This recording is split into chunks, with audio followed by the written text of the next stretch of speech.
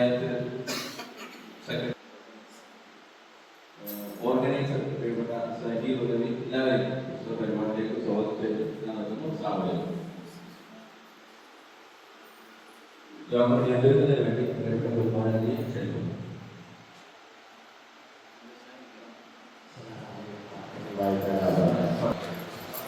ഏറ്റവും അധ്യക്ഷനാണ് നമുക്ക് ക്ലാസ് എടുക്കാൻ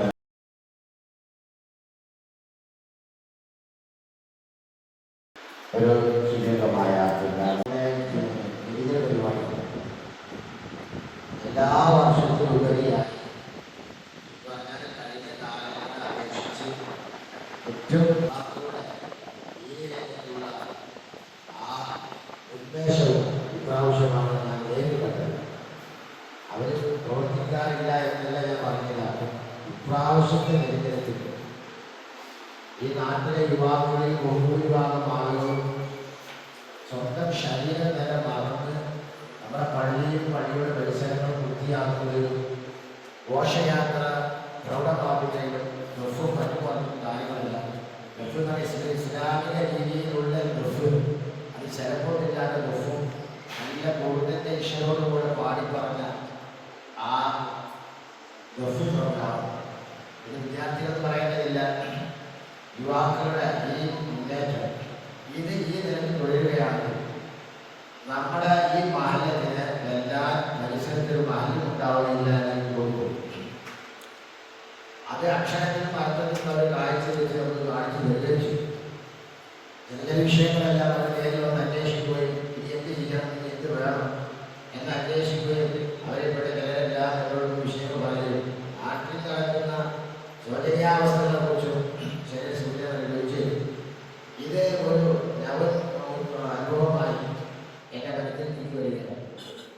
അപ്പോൾ ഈ മഹലിന്റെ ശാക്തീകരണം എന്നോ അല്ലെങ്കിൽ മഹലിനെ ഉദ്ധരിക്കുക എന്നോ അല്ലെങ്കിൽ മഹലിൽ നിന്ന് ഹയാത്താക്കുക എന്നോ എന്ത് അർത്ഥത്തിൽ പറഞ്ഞാലും ഇപ്രാവശ്യത്തെ ജനദിനാഘോഷവുമായി ബന്ധപ്പെട്ട ആ നാട്ടിലുള്ള യുവാക്കളുടെ ഈ അതിശക്തമായ ജനകത്തിന് പറയുക ശരീരം മറന്നുകൊണ്ടുള്ളവരുടെ പ്രവർത്തനം, പള്ളിക്ക് വേണ്ടി പള്ളിക്കാർ വൃത്തിയാക്കി, പള്ളിയിൽ പരിസരം വൃത്തിയാക്കി, എന്തൊന്നില്ലാത്ത രീതിയിലുള്ള ആവേശങ്ങൾ കാഴ്ചവെച്ചു.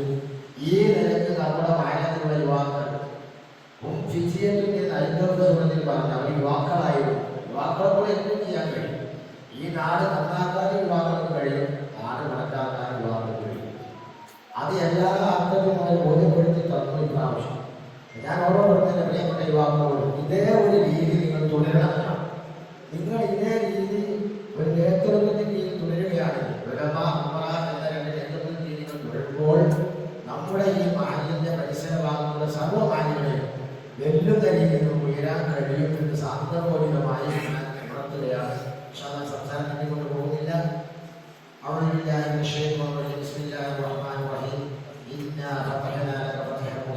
എന്ന തിരുവാക്യം ഉച്ചരിച്ചുകൊണ്ട് ഈ അതിമാറ്റായ യോഗം ഉദ്ഘാടനം ചെയ്തതായി അറിയിച്ചുകൊണ്ടു. അസ്സലാമു അലൈക്കും വറഹ്മത്തുള്ളാഹി വബറകാതുഹു.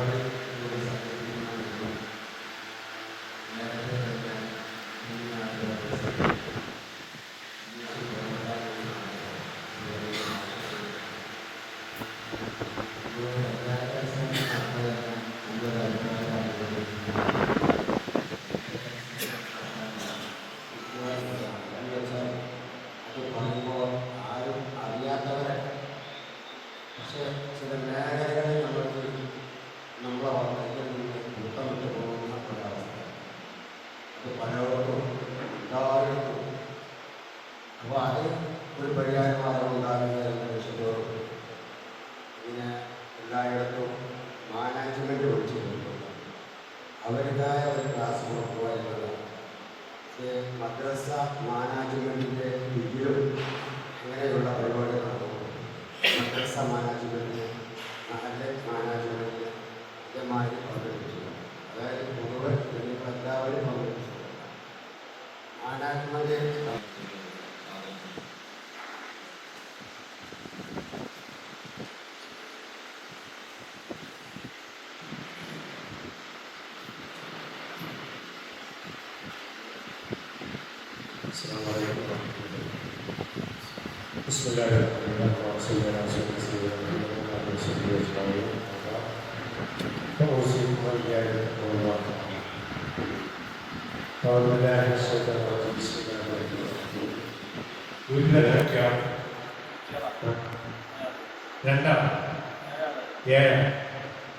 മക്കളാണ് വളരെ വൃത്തിയല്ലേ.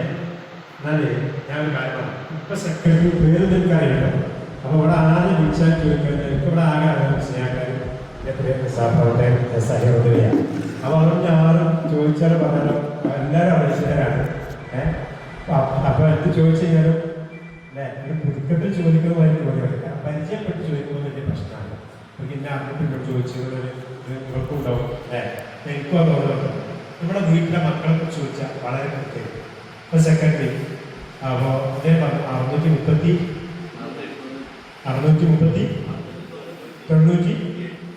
വീട്. ഇത് കൃത്യം നിങ്ങൾക്ക് എല്ലാവർക്കും അറിയാമോ? കമ്മിറ്റിപ്പെട്ട അറിയാമോ അല്ലേ? ഇതാണ് ഏതൊരു മഹത്വത്തെ സംബന്ധിച്ചിടത്തോളം ഈ ഒരു അറിവ്. വീട്ടിലെ മക്കളെ കുറിച്ച് നമുക്ക് ധാരണാപ്രശ്നം ഉണ്ടാവില്ലല്ലോ, ചിന്താപ്രശ്നം ഉണ്ടാവല്ലോ. ഇന്ന് ഒട്ടുമിക്ക മഹല്ലുകളുടെ ഭാരവാഹികൾ നിങ്ങളുടെ മഹല്ലിൽ എത്ര വീടാൻ ചോദിച്ചു കഴിഞ്ഞാൽ മറുപടി ഉണ്ടാവില്ല. അത് ഏകദേശം ഒരു 1000 1200.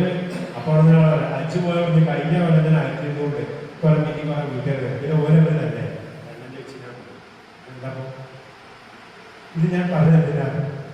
ഒരു വീട്ടിലെ മക്കളുടെ രക്ഷിതാക്കളെ സംബന്ധിച്ചിടത്തോളം ആ വീട്ടിലെ മക്കളുടെ എണ്ണത്തെക്കുറിച്ച് സംശയം.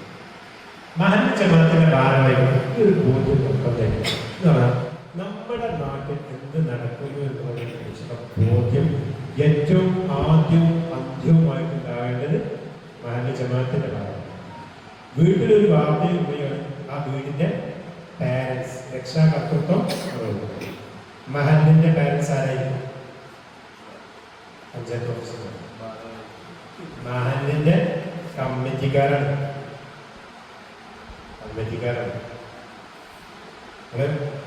സെക്രട്ടറി കൂട്ടിട്ട് അങ്ങോട്ട് വെച്ചാലല്ല ഒരു വരകളിൽ ഞാൻ തമാശക്കാരൊക്കെ ചോദിക്കുമല്ലോ.